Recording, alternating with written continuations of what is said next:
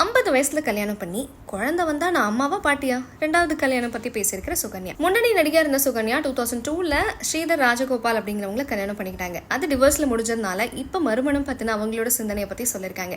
Director Bharathi Raja அறிமுகப்படுத்தின பல நடிகைகள் actress சுகன்யாவும் ஒருத்தவங்க. அழகு, திறமை, அமைதி அப்படின்னு எல்லாமே இருந்தும் ஆரவாரம் இல்லாம தமிழ் சினிமாவில் அதிரடி காட்டினவங்க தான் ஆக்ட்ரஸ் சுகன்யா. இவங்க பல வெற்றி படங்களை நடிச்சு இன்னைக்கும் ரசிகர்களோட மனசுல சிறந்த நடிகா திகழ்ந்துட்டு இருக்காங்க.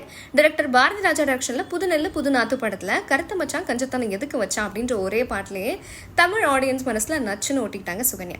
கமல், விஜயகாந்த், சத்யராஜ், சரத்குமார், பிரபு அப்படின்னு அடுத்தடுத்து முன்னணி நடிகர்களோட படங்கள்ல நடிச்சாங்க. அதுக்கப்புறமா செந்தமிழ் பாட்டு, வால்டர் வெற்றிவேர், சக்கரை தேவன், மகாநதி, இந்தியன்னு பல படங்கள்ல நடிச்சிருக்காங்க. தமிழ் மட்டும் இல்லாம தெலுங்கு, கன்னடம், மலையாளம்னு பல தென்னிந்திய மொழி படங்கள்ல நடிச்சிருக்காங்க. ஆக்ட்ரஸ் சுகன்யா விஜயகாந்தோட சேர்ந்து நடிச்ச சின்ன கவுண்டர் படம் வரலாறு காணாத அளவு ரொம்ப பெரிய வெற்றி அடைஞ்சு கிட்டத்தட்ட 250 நாளுக்கு மேல ஓடி சாதனை படைச்சிருந்தது. இந்த படம் விஜயகாந்த் சினிமா கெரியர்ல ஒரு ரொம்ப பெரிய டர்னிங் பாயிண்டா இருந்தது. இப்படி அடுத்தடுத்து வெற்றி படங்களை கொடுத்த இன்னைக்கு வரைக்கும் முன்னணி நடிகையாவே இருக்காங்க. ஆக்ட்ரஸ் சுகன்யா 2002ல ஸ்ரீதர் ராஜகோபால் அப்படிங்கிறவங்கள கல்யாணம் பண்ணிக்கிட்டு அமெரிக்காவில் செட்டில் ஆனாங்க. ஆனால் கல்யாணம் ஆகி ஒரே வருஷத்துல அவரை விட்டு பிரிஞ்சு டிவோர்ஸ் வாங்கிட்டாங்க. அதுக்கப்புறம் கல்யாணம் பண்ணிக்காம தனிமையிலே தான் வாழ்ந்திருக்காங்க. படங்கள் மட்டும் இல்லாமல் சீரியலும் நடிச்சிருக்காங்க சுகன்யா. இவங்க நடிப்புல சன் டிவில டெலிகாஸ்டான ஆனந்தம் சீரியல் ரசிகர்கள் மத்தியில் நல்ல ரெஸ்பான்ஸ் வாங்கியிருந்தது.